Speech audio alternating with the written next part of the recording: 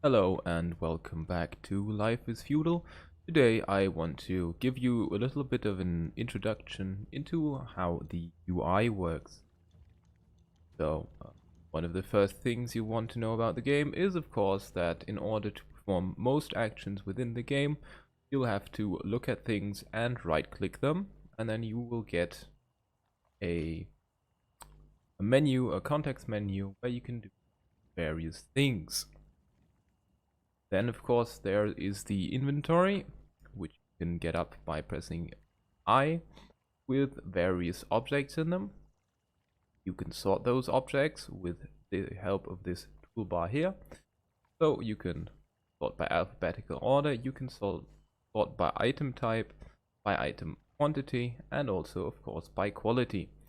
Then there's also a way to color code quality. So as you can see, it's a little bit easier than to see. If you want to then craft things with those items, there's a few ways. First of all, you can use this button down here and then navigate through this menu, use different tools or different materials to craft various things.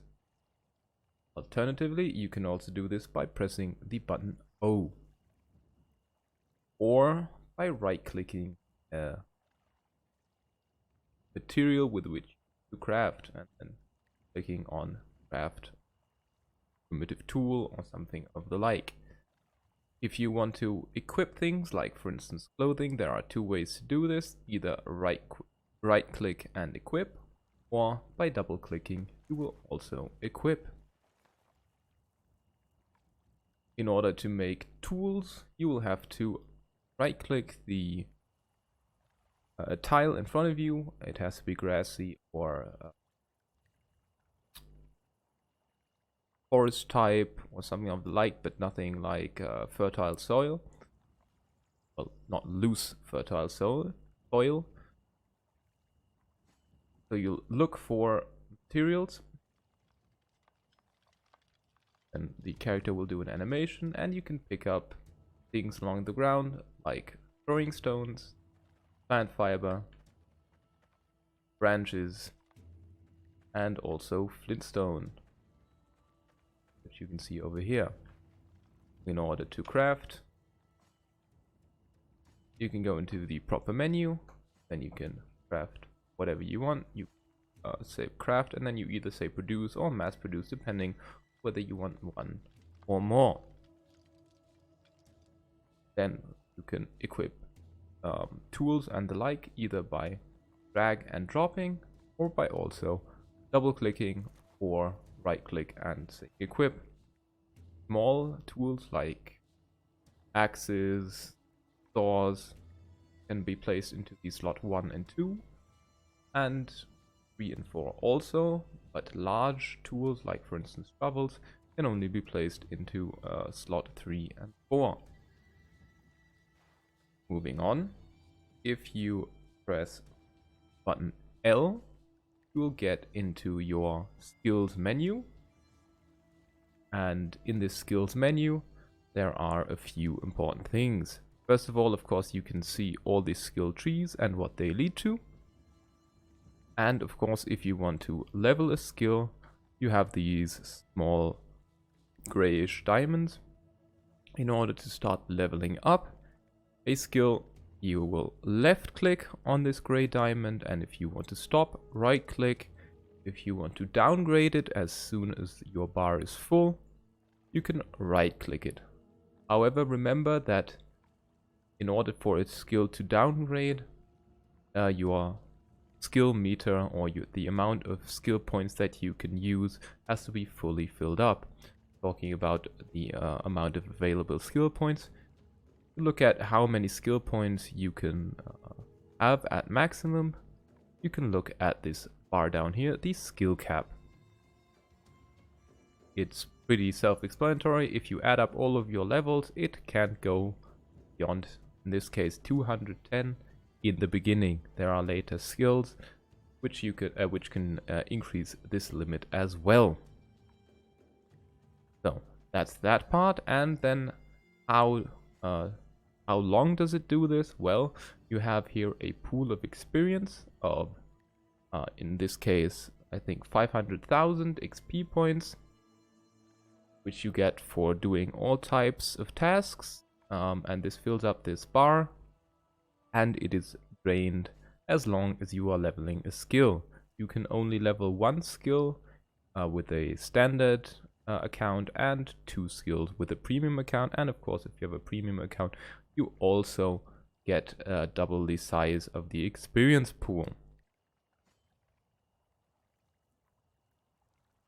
If we look into these skills as well, you can see there are usable items, and you can also look at recipes so that you know that what skills you need in order to craft what things. And it's also nice to look at what things you need to craft tools and buildings and other things.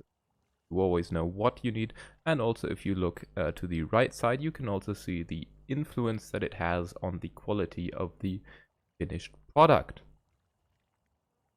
This button here is for the power hour, for which if you have a premium account, you will get double the XP for 1 hour once every day with every single character that you have.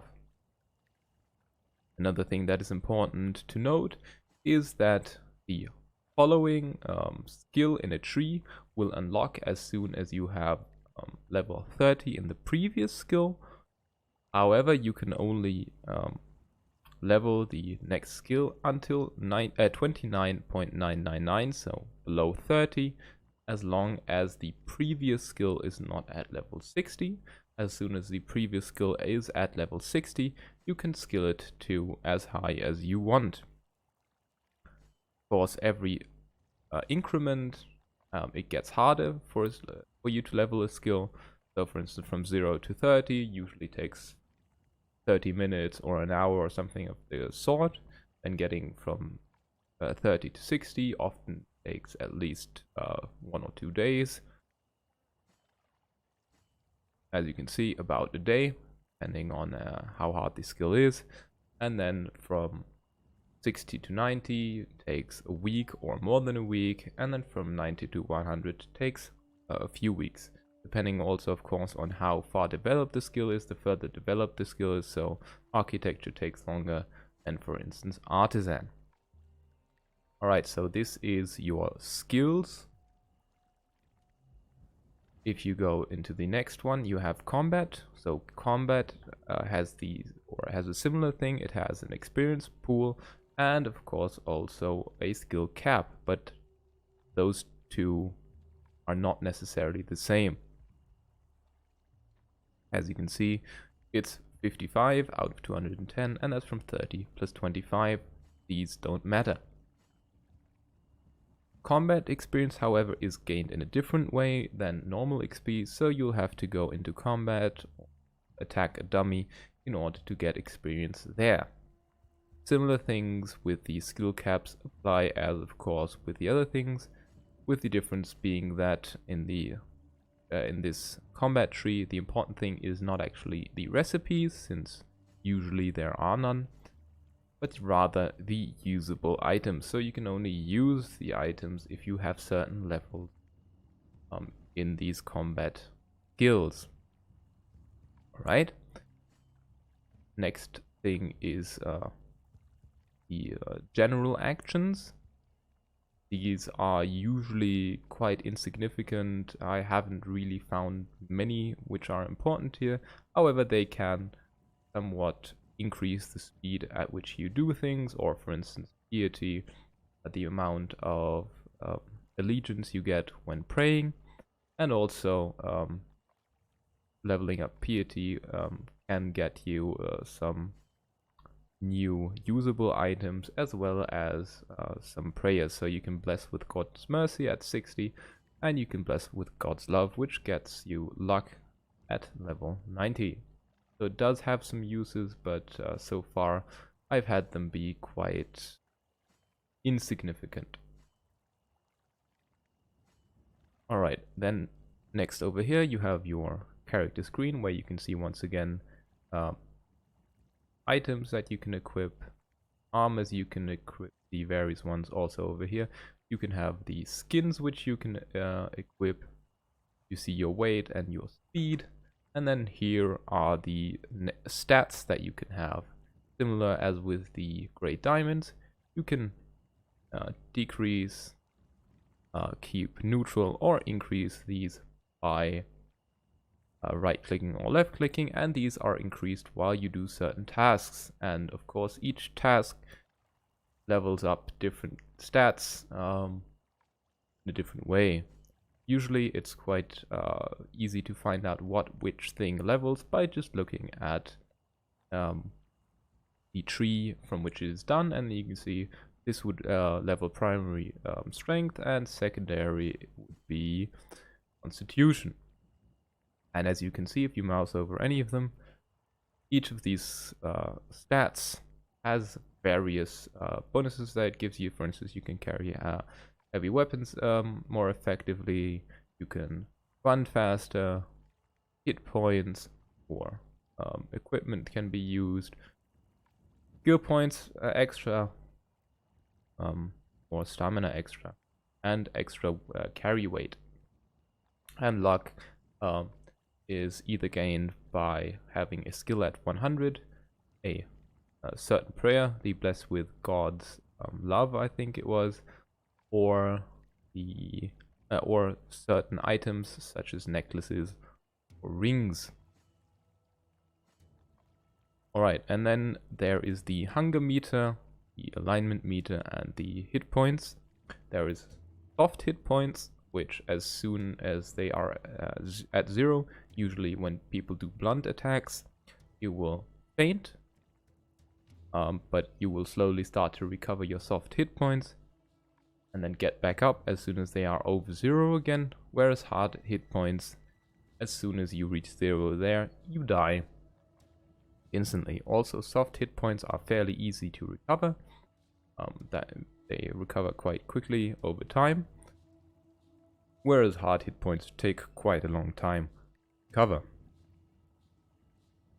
Stamina at the current time is not that important yet.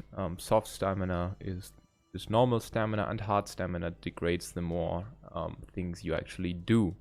However, the only problem with having 0 hard stamina is that, as far as I know, you will drown when you are swimming, but otherwise it doesn't matter. And hunger is pretty self-explanatory.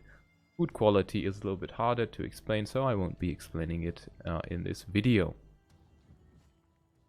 Of course, here you also have the guild screen with your name and your title, and then you can also create a guild, join a guild, but first of all, of course, you need to head over to the main island in Goldenland.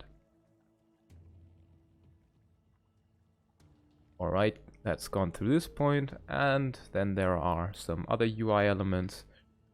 In order to get your mouse up, you can press tab and you can then see your mouse clicker. You can see over here your body, so if you have wounds they will be displayed here, and then here you will also have well, the in-game chat with various channels